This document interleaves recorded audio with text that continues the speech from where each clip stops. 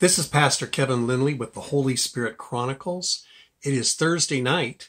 It is May 21st. This is part 46. Seals not yet ready to be opened. Very few of the seals about the end times have been opened to me. Instead, I'm held in suspense about what's about to happen next, just like everyone else. However, my heavenly encounter has given me a complete confidence in the reality of God and that He's not caught off guard by what's happening now. He has etched in my mind and spirit permanently. I know that Jesus is alive and very active in and through me by His wonderful Holy Spirit. The Father is ever present and loving me through His amazing Holy Spirit. Holy Spirit is truly possessing my human spirit, fulfilling in me, and nothing else in this world can fulfill me. Like the song from the Newsboys, He's living on the inside, roaring like a lion. God's not dead, He is surely alive, and wonderfully loving me in my spirit and empowering me with Himself. In John 14:20-21, it says, "On that day you will realize that I am in the Father, and that you are in me, and I am in you. Whoever has my commands and keeps them is the one who loves me. The one who loves me will be loved by my Father, and I too will love them, and I will manifest myself to them." In John 14:23, it goes along the same lines. It says, Jesus replied, "Anyone who loves me will obey my teachings. My Father will love them, and we will come to them and make our home with them." The beauty and wonder of God in us. It's a tremendous thought. I know people who find great offense, though, in Jesus wanting to be the Lord of my life. But until you've covenanted your life to Jesus, the Messiah, you have no part of Him. I have known others who might say a sinner's prayer in desperation, but when things got better, they backed out of their covenant that they had made with God.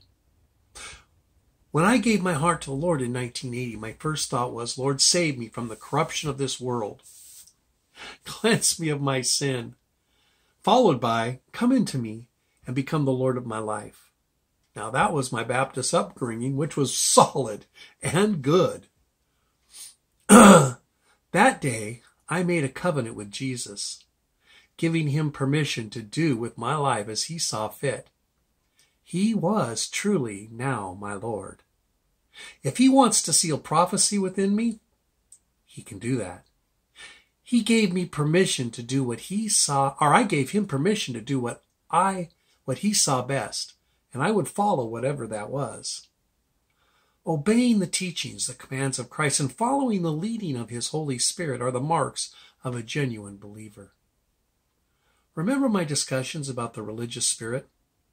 A foul, unclean, demonic spirit that wants you to be in control. This spirit wants you to trust in you and what seems right to you. It's always all about you. But that way is foolishness. That way is empty. That way is full of fear and ultimately tragedy.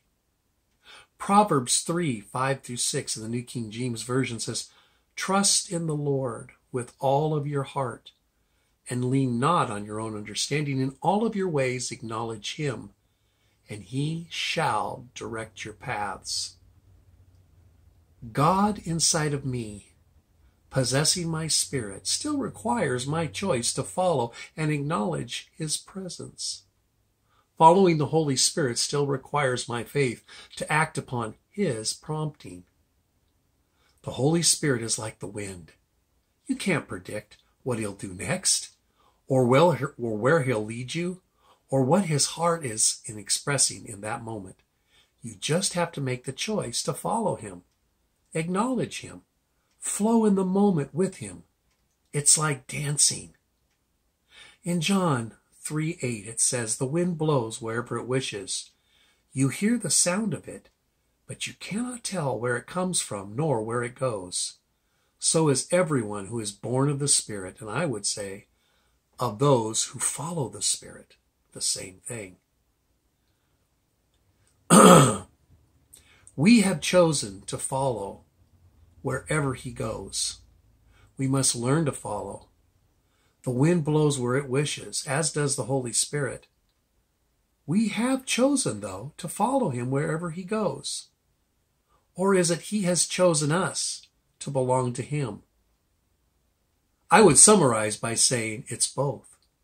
I'm Pastor Kevin Lindley for the Holy Spirit Chronicles, and it is Thursday night. Blessings, and we'll talk to you tomorrow. Bye-bye.